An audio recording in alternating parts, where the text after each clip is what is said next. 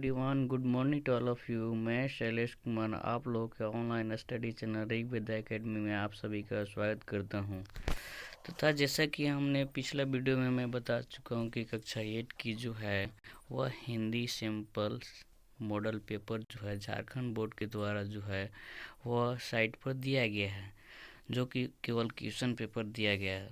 तो मैं अपनी online study channel Rigved Academy के द्वारा आप सभी का उसका सॉल्यूशन के साथ तथा पूरी कंप्लीट सॉल्यूशन के साथ आप लोगों के सामने मैं अवेलेबल करवा दे रहा हूँ। तो आप कोशिश करें कि मेरे जितने भी आपके दोस्त हैं मेरे इस online study channel Rigved Academy को सब्सक्राइब करें तथा अपने दोस्तों को बताएं, ताकि घर बैठे भी आप अपना इसका सॉल्यूशन पा सकते हैं तथा देख सकते हैं। तो चलिए स्टार्ट करते हैं। पिछला वीडियो में मैंने हिंदी सिंपल सेट का जो है सिंपल पेपर का जो है सेट 1 जो है हिंदी को मैं बताया था। तो इस वीडियो में जो मैं बताने जा रहा हूँ क्लास 8 के जो है इंग्लिश पेपर को।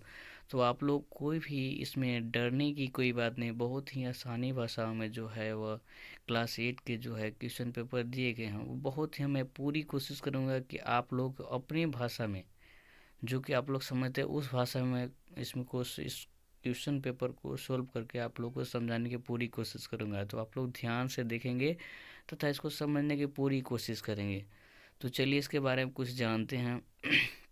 जैसा कि इसमें जो होगा टोटल जो नंबर जो क्वेश्चन होंगे वह 20 होंगे तथा प्रत्येक क्वेश्चन जो होंगे 2.5 नंबर के होंगे, यानी कि 2.5 नंबर के, और टोटल जो मार्क्स हो जाएंगे 50 नंबर के। तो चलिए सेट 1 को 2021 में किस प्रकार से आएंगे उसको हम लोग देखते हैं तथा समझने की पूरी कोशिश करते हैं।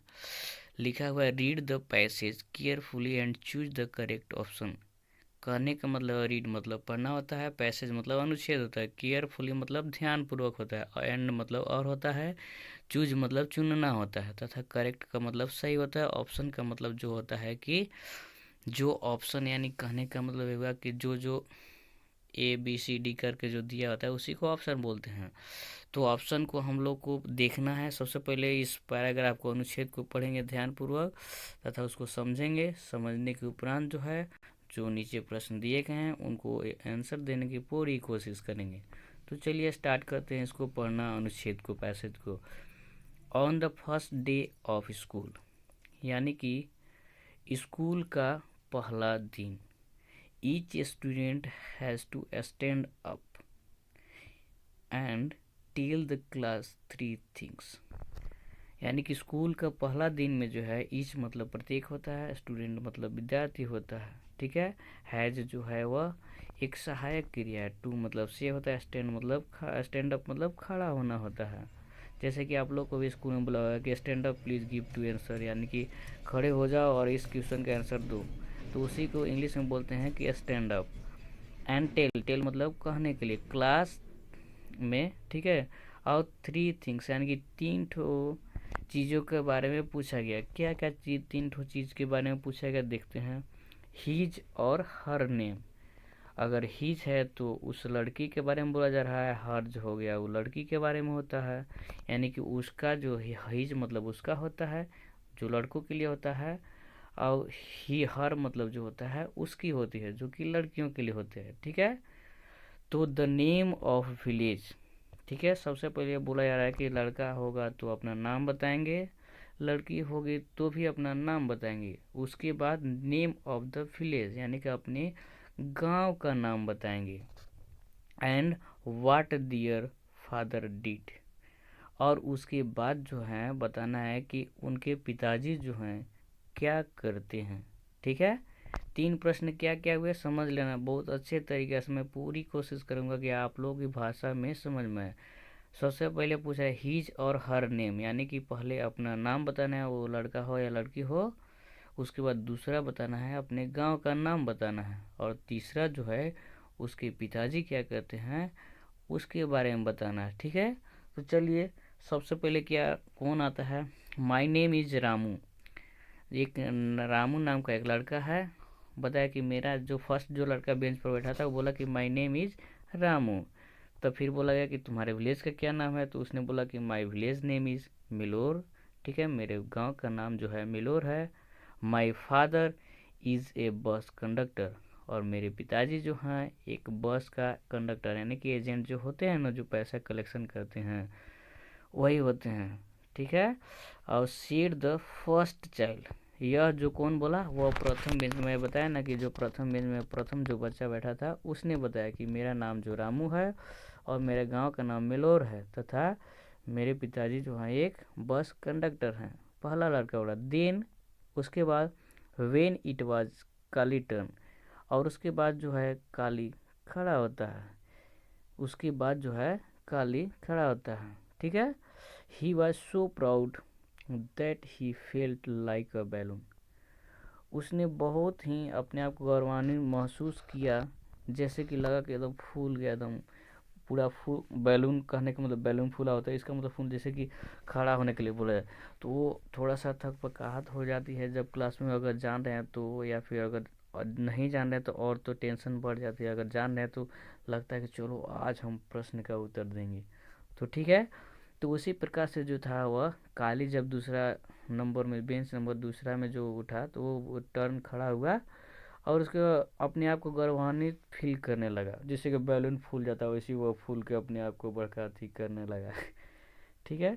चलिए प्रश्न क्या पूछ रहा है कि how many things the student had tell on the first day of school, यानी कि हाउ मेनी मतलब कितना हुआ, थिंग्स मतलब कि जो कि वस्तुएं के बारे में पूछा गया, क्या क्या चीज़ पूछा गया था, जैसे कि हम बता चुके हैं। द स्टूडेंट हैड टेल, यानी कि विद्यार्थियों से कहा गया, पूछा गया क्या चीज़, first day of school, school का पहला दिन क्या पूछा गया था, मैं बताया था ना कि स्कूल का जो पहला दिन था उन लोग को सभी बच्चों को बारी बारी से खड़ा होकर के उनसे 3 प्रश्न पूछा गया। अगर लड़का है तो हिज नेम, लड़की है तो हर नेम, यानी कि सबसे पहले अपना नाम बताना है, दूसरा में गांव का नाम, और तीसरा में पिताजी क्या करते हैं, यानी कि कितने प्रश्न पूछे गए। तो इसमें जो प्रश्न जो पूछा गया 3 प्रश्न पूछे गए, यानी कि 21 का जो ऑप्शन नंबर 1 हो जाएगा, ठीक है। आप लोग पूरी समझने की कोशिश करेंगे, आप लोग को समझ में नहीं आ रहा होगा तो फिर भी आप हमें कमेंट करके पूछ सकते हैं, मैं पूरी कोशिश कर रहा हूँ कि आप लोग को अपनी भाषा में समझा दूँ, ठीक है। चलिए क्वेश्चन नंबर 22 जो है, हु बिलोंग्स टू मिलोर विलेज, यानी कि कौन जो था वह मिलोर गांव से रहता था, या फिर कौन जो था मिलोर गांव का रहने वाला था। बिलोंग का मतलब उस गांव से बिलोंग करना, ठीक है, उस गांव से आना, ठीक है। तो उस गांव से कौन आ रहा था, तो रामू जो था, रामू का जो खाता, जैसे कि यहाँ आप देख सकते हैं पैराग्राफ में लिखा है my name is Ramu, my village name is Milor. तो रामू जो था वो मिलोर गांव का था, यानी कि ऑप्शन नंबर इसमें कौन सा हो जाएगा, आप लोग भी देख सकते हैं, आप लोग भी अगर कोशिश करेंगे तो रामू जो था वह ऑप्शन नंबर 1 हो जाएगा, ठीक है। Who felt like a balloon, कौन अपने आप को बहुत गौरवान्वित फूल कर महसूस कर रहा था, जो कि लग रहा था फूल गया पूरा बैलून की तरह, अरे हमको भी अब पूछने की बारी है, अरे हमसे भी क्वेश्चन पूछा जाएगा, हम भी जवाब देंगे। तो कौन था, दैट कौन टर्न हुआ था, देन जब राथी रामू हो गया तो उसके बाद when turn he was a काली, यानी कि कौन था, तो काली। ऑप्शन नंबर यहाँ पर भी 1 हो जाएंगे, सॉरी ऑप्शन नंबर यहाँ पर भी 1 हो जाएंगे, ठीक है। आप लोग समझने की पूरी कोशिश करेंगे, जो काली जो है वह ऑप्शन नंबर 1 में दिया गया है, ठीक है। चलिए अगला पैराग्राफ को हम लोग पढ़ते हैं। यदि यह पैराग्राफ समझ में नहीं आया तो फिर से आप वीडियो को थोड़ा यूट्यूब में जा करके उसको स्लो करके अच्छा से ध्यानपूर्वक समझ सकते हैं। मैं पूरी कोशिश कर रहा हूँ कि प्रत्येक बच्चा इस पैराग्राफ को समझे तथा इसका उत्तर देने की पूरी कोशिश करें। चलिए अगला क्वेश्चन देखते हैं। Read the passage and choose the correct option. Many years एगो, चलिए अब पढ़ते हैं इस कहानी को, स्टोरी को, पैसेज को, यानी कि पैसेज को सबसे पहले पढ़िए और उसमें से जो सही ऑप्शन होगा उसको चूज कीजिए, यानी कि चुनिए। Many years ago at the foothills of Catskills mountain there was a little village, यानी कि बहुत वर्ष पहले की बात है, एक फुट स्टील जो था, फुट स्टील ऑफ काकस्टील एक माउंटेन का नाम है, उसी माउंटेन में जो था एक छोटा सा गांव उसमें बसा हुआ था, ठीक है। फिर से एक बार, बहुत वर्षों पहले की बात है या फिर बहुत वर्षों पहले जो था foothills of Catskill mountain, यानी कि पहाड़ जो था उसके जो बगल में था वहीं पर एक गांव बसा हुआ था, छोटा सा गांव था। In that village live always a simple good nature fellow name Rip Van Winkle. और इस गांव में जो लोग रहा करते थे उन लोगों का बहुत ही बिल्कुल साधारण था। सिंपल मतलब साधारण, ठीक है। लिव मतलब रहना, ऑलवेज मतलब हमेशा, विलेज मतलब गांव, जैसा कि आप लोग सब जान रहे होंगे। जो नहीं जान रहे हो उनके लिए बता भी देने कि विलेज मतलब गांव, लिव मतलब रहा, इसका जो थर्ड फॉर्म बना हुआ है लिव्ड यानी कि रहा। ऑलवेज मतलब हमेशा, ए मतलब एक, सिंपल मतलब जो हो जाएगा साधारण, ठीक है। और गुड मतलब अच्छा, नेचर मतलब स्वभाव, फेलो मतलब यानी कि उसको अनुसरण करना, नेम रिफ वैन विंकल। कहने का मतलब जो है वहाँ के जो लोग हुआ करते थे बिल्कुल साधारण जीवन जिया करते थे। आज हम लोग को जो लाइफ स्टाइल है, हर कोई बोलता है कि मेरे को स्मार्टफोन चाहिए, सभी के पास खाने के लिए कुछ हो नहीं लेकिन स्मार्टफोन चाहिए। लेकिन उन लोग ऐसा नहीं था, उन लोग बिल्कुल प्रकृति के द्वारा जुड़े हुए रहते थे और रिफ वैन विंकल के जैसा उन लोग लग रहे थे। He was a kind of neighbour ready to help anyone. वे लोग जो थे हमेशा अपने ना, जैसे कि ही मतलब वह वाज मतलब एक सहाय क्रिया था, ये मतलब एक काइंड मतलब दयालु था, नाइबर मतलब यानी कि पड़ोस से, रेडी मतलब तैयार, टू मतलब से, हेल्प मतलब सहायता करना, एनीवन मतलब कोई भी। यानी कहने का मतलब है कि कोई भी वहाँ पर जो थे वे लोग सभी को, अपने जो पड़ोसी होंगे अगर किसी को कोई भी समस्या हो तो हमेशा कभी भी उन लोग एक दूसरे की सहायता करने के लिए हमेशा तैयार रहा करते थे। तो हम लोग आज के समय में ऐसा तो नहीं अब होता है, लेकिन थोड़ी बहुत गांव में अभी भी बची हुई है ऐसी परंपरा कि अगर जिसके पास अगर कोई भी चीज़ ना हो तो दूसरों की हेल्प करना। कुछ ऐसा ही था उस छोटे से गांव में जो पहाड़ियों के नज़दीक में बसा हुआ था, ठीक है। यानी कि एक दूसरे के पड़ोसी की भी सहायता करना, जब वो समस्या में हो, उसके पास कोई समस्या हो तो उसका सहायता करना। Everyone in a village like him. इसीलिए सभी लोग जो थे, बाहर के सभी लोग जो थे, हर कोई इस गांव को बहुत ही पसंद करते थे, क्योंकि एक दूसरे से मिल करके रहना यही इंसानियत का धर्म भी होता है। और उन लोगों ने इसको अपने गांव में प्रेजेंट किया, प्रस्तुत किया। और लोग इसी कारण से जो लोग थे सभी कोई उस गांव को बहुत ही पसंद करते थे। The children of the village shotted with Joy what ever when ever they से जो उस गांव के जो बच्चे थे हमेशा एकदम बिल्कुल बिंदास, ऐसा नहीं होता था कि एकदम बिल्कुल एकदम बढ़िया से खेला करते थे, एक साथ रहा करते थे तथा एक दूसरे के मिल करके सभी कामों को वह सहायता करते थे और आनंदित हुआ करते थे, ठीक है। यही इस कहानी में दिया गया था। चलिए, आप क्वेश्चन क्या पूछ रहा है। क्वेश्चन पूछ रहा है कि everyone in the village like Rip Van Winkle because he was, यानी कि सभी जो कोई गांव के जो लोग थे उन लोग ऐसा क्यों मतलब पसंद करते थे रिफ वैन विंकल को, क्योंकि वह जो थे सिंपल गुड नेचर को फॉलो करते थे। इस कारण से जो लोग थे उन लोग रिफ वैन विंकल, जैसा कि आप लोग इस कहानी में यहाँ पर देख सकते हैं कि लिखा हुआ है कि in that village live always the simple good nature, जैसा कि यहाँ पर आप लोग fellow the Rip Van Winkle, जो कि यही क्वेश्चन भी पूछा कि Rip Van Winkle because he was a simple good nature, जो कि यहाँ पर दिया गया है, ठीक है। तो सिंपल गुड नेचर यानी कि ऑप्शन नंबर जो 3 जो हो जाएगा। Where is the village situated, जो गांव जो था वो कहाँ पर अवस्थित। वेयर मतलब कहाँ, और इज मतलब है द किसी खास चीज़ों के आगे लगता है, आर्टिकल है, विलेज मतलब गांव, सिचुएटेड मतलब अवस्थित होना या स्थित होना। तो गांव जो है कहाँ स्थित था, नियर द कहाँ, फुट हिल्स ऑफ काक स्किल ऑफ माउंटेन, यानी कि ऑप्शन नंबर जो हो जाएगा 3 हो जाएगा। तो आप कोशिश करेंगे कि समझने की पूरी कोशिश, मैं पूरी कोशिश किया हूँ कि आप लोगों की अपनी भाषा में हो तथा प्रत्येक क्वेश्चन का, प्रत्येक वर्ड का हिंदी ट्रांसलेट करने की पूरी कोशिश किया हूँ। अगर आप लोग को नहीं समझ में आया फिर भी आप हमें कमेंट बॉक्स में कमेंट करके पूछ सकते हैं, तथा हमारे online study channel Rigved Academy को सब्सक्राइब तथा अपने दोस्तों को बता सकते हैं तथा शेयर कर सकते हैं। तो चलिए अगला प्रश्न देखते हैं, क्वेश्चन नंबर 3। इसमें लिखा गया है, इंग्लिश में आप लोग को लेटर लिखने आना चाहिए। और लेटर जो होता है दो प्रकार का होता है, जैसा कि हम हिंदी सेट में भी बता चुके हैं कि एक होता है हिंदी में औपचारिक, एक होता है अनौपचारिक। इसमें भी होता है इंग्लिश में जो होता है, इसमें भी दो प्रकार का होता है, एक होता है ऑफिशियल और एक होता है अनऑफिशियल। ठीक है, तो इसमें बोल रहा है कि Ritu wants to write an application. Ritu नाम का कोई एक लड़का या लड़की हो सकता है, ठीक है, वह चाहती है एक एप्लीकेशन लिखना, बट लेकिन has forgotten to use the correct word.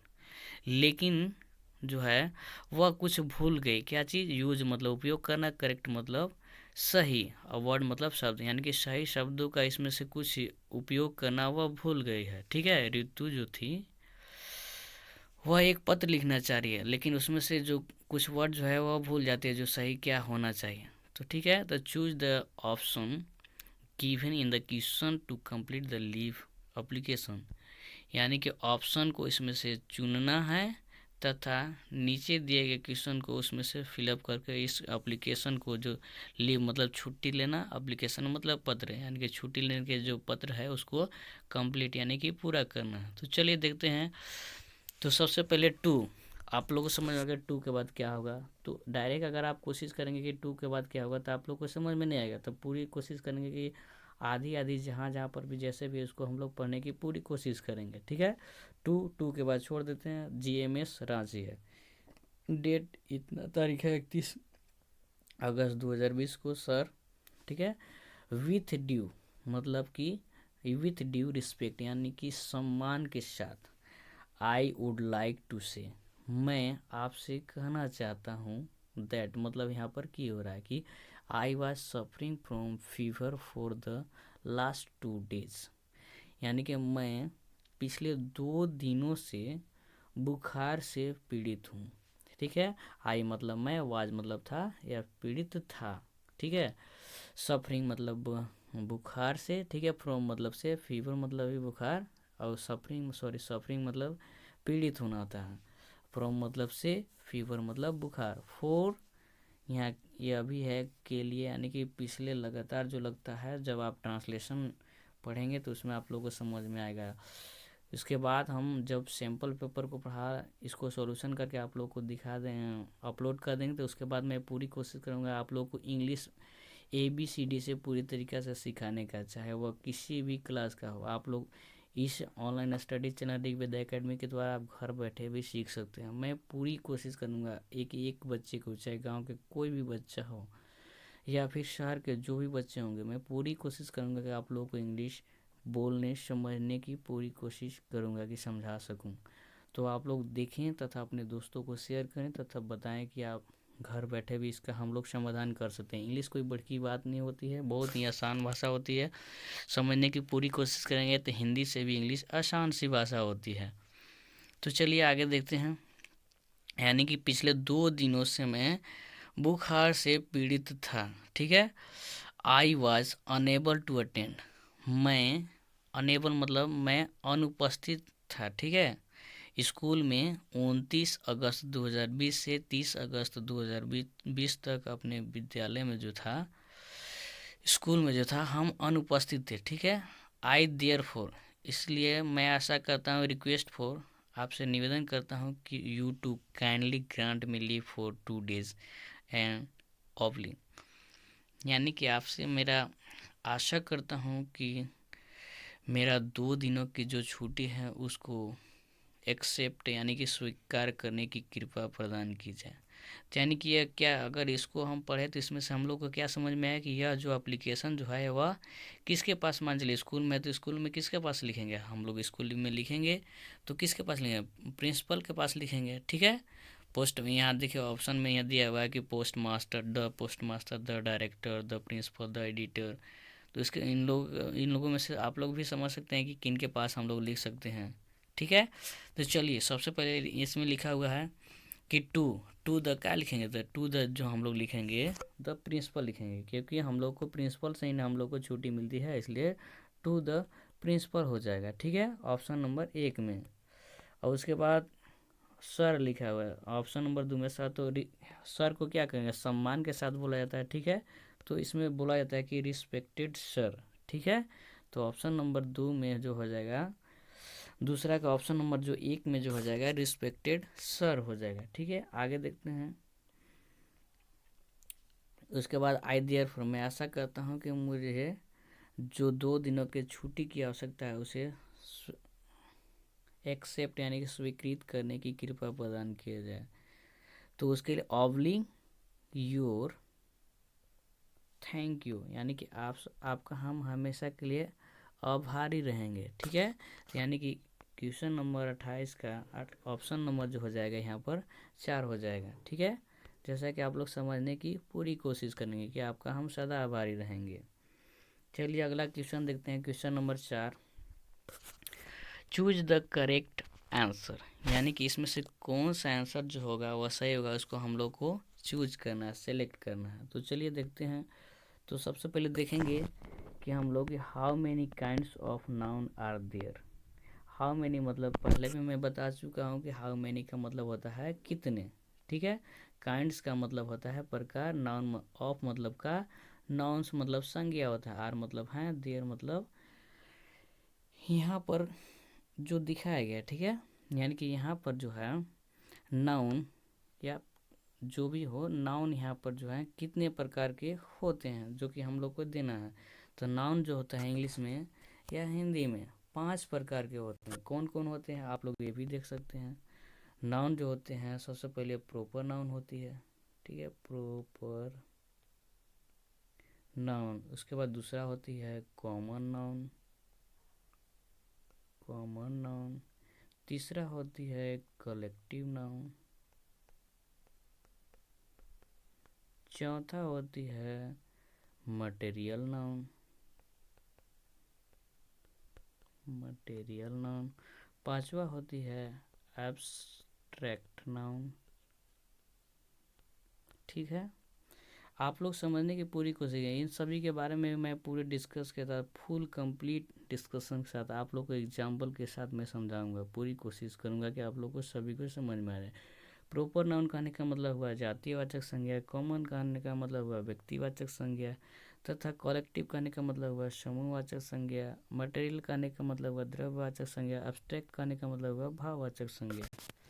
ठीक है, तो यह 5 प्रकार हो गए, 1 2 3 4 5, यानी कि नाउन कितने प्रकार के हो गए, 5 प्रकार के। ठीक है, तो आप लोग ऑप्शन नंबर 4 में इसको टिक अप कर सकते हैं। चलिए अगला क्वेश्चन देखते हैं। Choose the synonym of little. सबसे पहले चूज मतलब चुनना हो गया। ठीक है, चुनने की बात बोल रहा है। सिनोनिम्स का कहने का मतलब जैसे कि हिंदी में आप लोग बहुत पढ़े होंगे, पर्यायवाची शब्द। पर्यायवाची शब्द, पर्यायवाची नहीं जानते हैं, सब कुछ जानते होंगे मेरे ख्याल से लगभग। अगर नहीं जानना हो कहने का उससे भी आसान भाषा में बता दूँ पर्यायवाची को क्या बोलते हैं। जैसे कि कोई भी चीज़ है उसका एक ही नाम हो सकता है, जैसे कि अपना ही अपना सबका नाम होता है ना, बहुत नाम होते हैं, कोई फलाना नाम, कोई ई नाम, तो कोई यू नाम। तो उसी प्रकार से एक ही चीज़ को बहुत सारे नामों से जब पुकारा जाता है उसी को बोलते हैं सिनोनिम्स। इंग्लिश में सिनोनिम, हिंदी में पर्यायवाची। ठीक है, तो लिटिल मतलब क्या होता है, लिटिल बॉयस, आप लोग भी सुनोगे, लिटिल मतलब छोटा। ठीक है, लिटिल मतलब क्या होता है, छोटा। तो देखेंगे कि ब्रो मतलब होता है कि उधार लेना होता है, स्मॉल मतलब छोटा होता है, ड्राउन मतलब होता है नीचे होता है, ब्लो मतलब होता है बहना होता है। तो देखेंगे कि ऑप्शन नंबर लिटिल मतलब छोटा किसके बराबर, स्मॉल के बराबर हो गया। ठीक है, स्मॉल के लाइक हो गया। ठीक है, इसलिए ऑप्शन नंबर जो हो जाएगा 2 हो जाएगा। अगला क्वेश्चन हम लोग देखते हैं। Right the opposite of happy. Right मतलब लिखना होता है, अपोजिट मतलब उल्टा होता है। ठीक है, अपोजिट का मतलब होता है उल्टा, ऑफ मतलब का, हैप्पी मतलब खुश। यानी कि खुश का जो उल्टा क्या होगा, जो खुश होगा वो क्या होगा, उसका उल्टा सीधे दुखी हो जाएगा। ठीक है, तो यहाँ पर सो हैप्पी मतलब बहुत ज़्यादा खुश हुआ, अनहैप्पी मतलब ना खुश हुआ यानी कि दुखी हुआ, डिलाइटेड मतलब ज़्यादा खुश हुआ, मॉर्निंग मतलब भी लगभग खुशी के ही बराबर हुआ। ठीक है, यानी कि हैप्पी मतलब खुश का उल्टा क्या होगा, दुख होगा, यानी कि अनहैप्पी हो जाएगा, जैसे कि ऑप्शन नंबर 2 में दिया गया। ठीक है, तो आप लोगों को अगर अच्छा लग रहा होगा तो आप मेरे इस ऋग्वेदा एकेडमी को चैनल को सब्सक्राइब करेंगे तथा अपने दोस्तों को बताएंगे, शेयर करेंगे तथा लाइक कर सकते हैं। ठीक है, तो चलिए अगला क्वेश्चन हम लोग देखते हैं। Choose the interrogative sentence. ठीक है, यानी कि इंट्रोगेटिव सेंटेंस को हम लोग को इसमें से चुनना है। तो सबसे पहले आप लोगों को सेंटेंस के बारे में भी पता होना चाहिए तथा सेंटेंस कितने प्रकार के होते हैं ये भी पता होना चाहिए। तो सेंटेंस एक्चुअली में जो होता है, सेंटेंस कहने का ही मतलब होता है वाक्य। ठीक है, वाक्य कितने प्रकार के होते हैं? वाक्य जो होते हैं 5 प्रकार के होते हैं। ठीक है, तो उसी में से जो एक होता है इंट्रोगेटिव सेंटेंस होता है। इंट्रोगेटिव कहने का मतलब हुआ, इंट्रोगेटिव कहने का मतलब हुआ कि प्रश्नवाचक वाक्य। कौन सा वाक्य? प्रश्नवाचक वाक्य। ठीक है, तो प्रश्नवाचक वाक्य जो है इसमें से कौन सा हो जाएगा? What a dancer seize.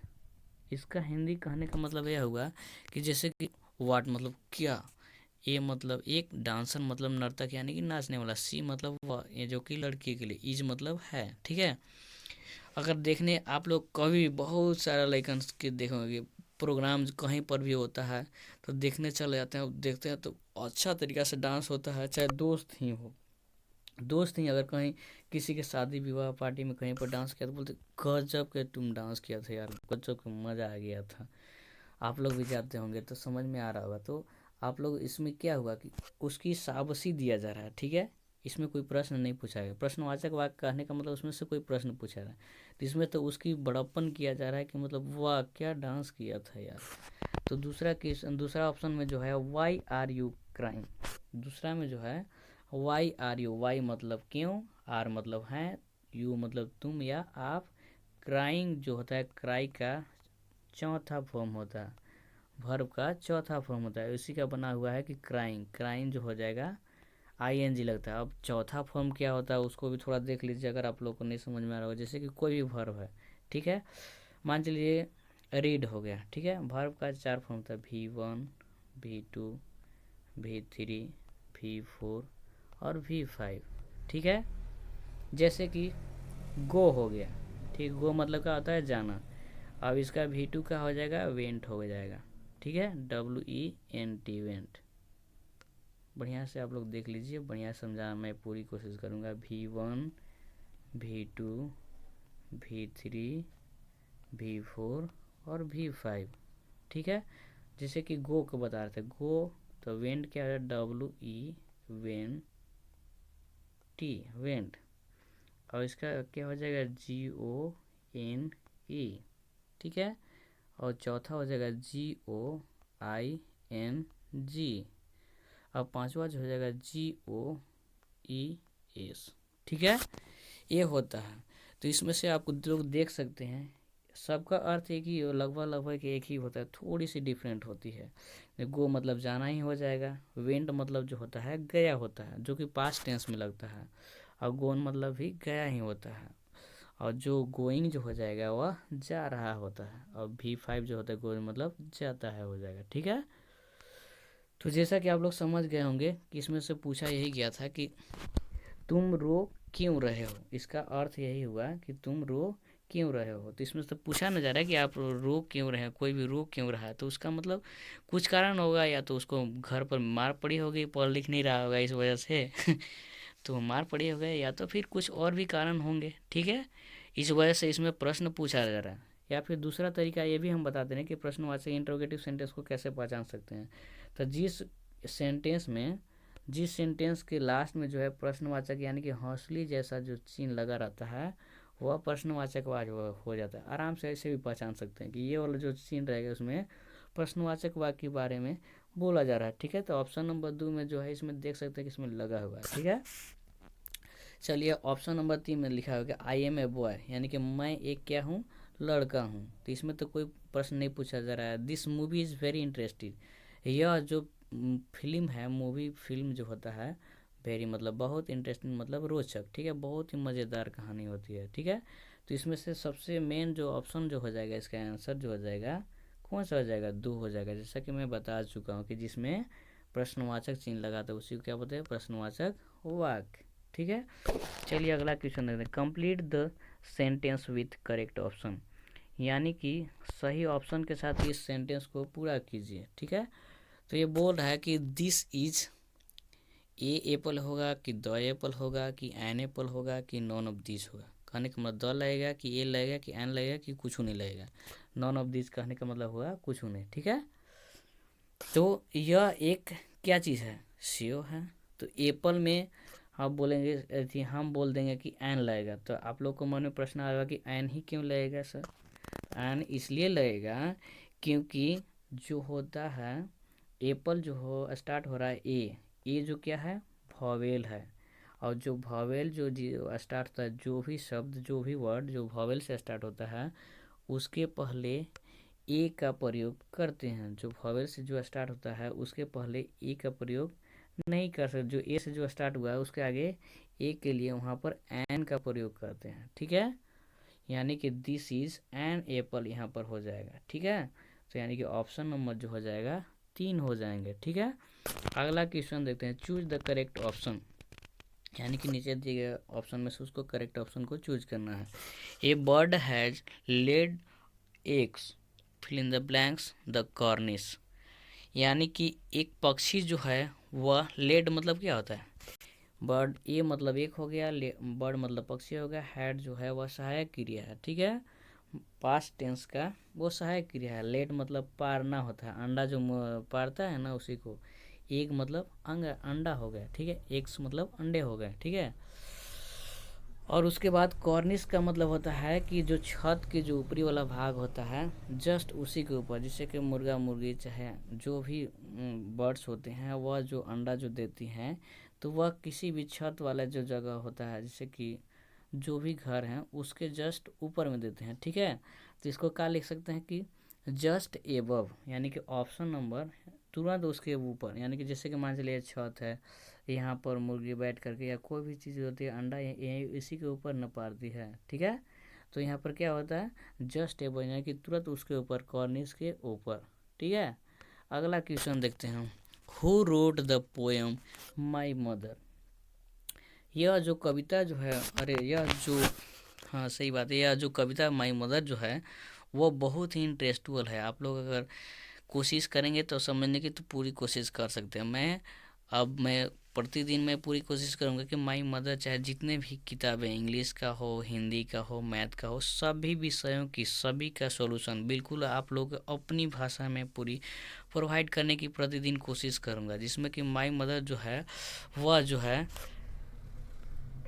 APJ Abdul Kalam के द्वारा लिखा गया है, जो कि इतना अच्छा मैंने पोएम, इतना अच्छा राइटर जो थे, बहुत ही अच्छे तरीके से माई मदर जो पोएम है उसको अपनी भाषा में उसको ट्रांसलेट करके APJ अब्दुल कलाम जी के द्वारा इसको लिखा गया, जो कि बहुत ही अच्छा है। आप लोग चाहेंगे तो इसको समझ सकते हैं। हालांकि आप लोग को इंग्लिश समझने में जिसको दिक्कत हो रही है तो थोड़ी सी समस्या आएगी, लेकिन आप लोग डरिएगा नहीं, मैं आप लोगों के साथ हूँ।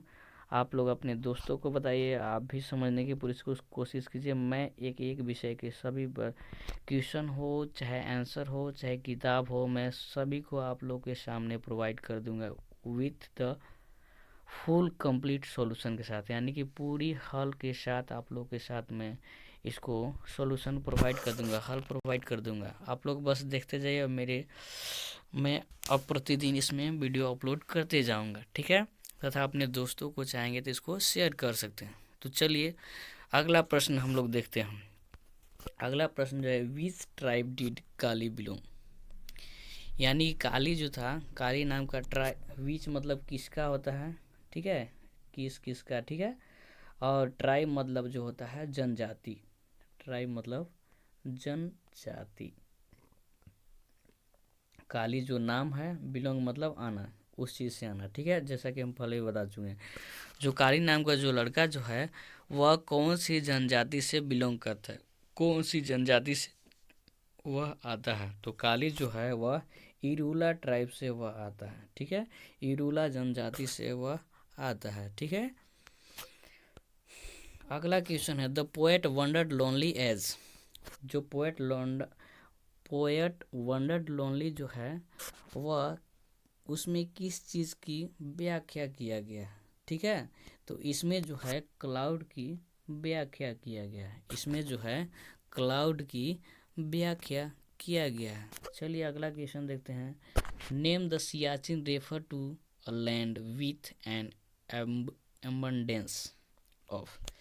यानी कि सियाचिन जो है, सियाचिन क्या चीज़ का नाम है आप लोग समझ रहे होंगे, अगर नहीं समझ रहे होंगे तो मैं फिर भी बता देता हूँ, ठीक है। सियाचिन जो है, जैसे जम्मू कश्मीर हम लोग के जो उत्तर भारत का जो स्टेट है जम्मू कश्मीर, वहाँ पर जो है एक पीओके वाले एरिया यानी कि जम्मू कश्मीर वाले क्षेत्र के एरिया वाले जो क्षेत्र हैं, उसमें ऊपर साइड में जो है हम लोग को सीमा क्षेत्र जो वहाँ पर है उसी को सियाचिन नाम है, ठीक है। और सियाचिन ग्लेशियर है, ग्लेशियर कहने का मतलब अब बर्फ़ जो होता है, बर्फ़ का टुकड़ा ना, उसी को ग्लेशियर बोलते हैं।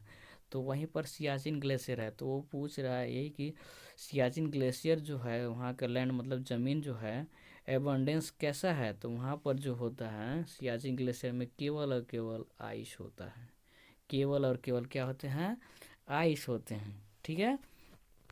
चलिए अगला प्रश्न देखते हैं। हु हैड परचेज्ड धामा इन भारत लैंड, यानी कि भारत भूमि को जो है किसने बहुत ही अच्छे तरीके से उसको व्याख्या करने की पूरी कोशिश किया गया और बहुत ही अच्छे तरीके से शांति भावनाओं के साथ। तो इसमें जो है भारत भूमि को जो है वह बुद्ध ने बहुत ही अच्छे तरीके से इसको एक्सप्लेन करने की पूरी कोशिश की है, ठीक है। The name of sacred river of India, यानी कि भारत की सबसे पवित्र नदी का क्या नाम है।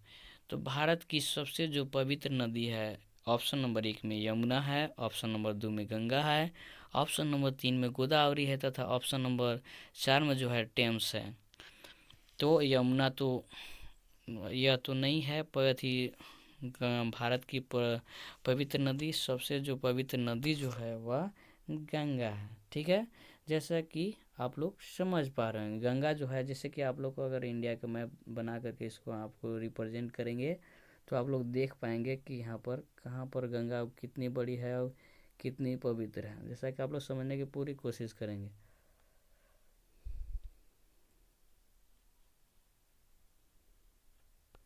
ठीक है।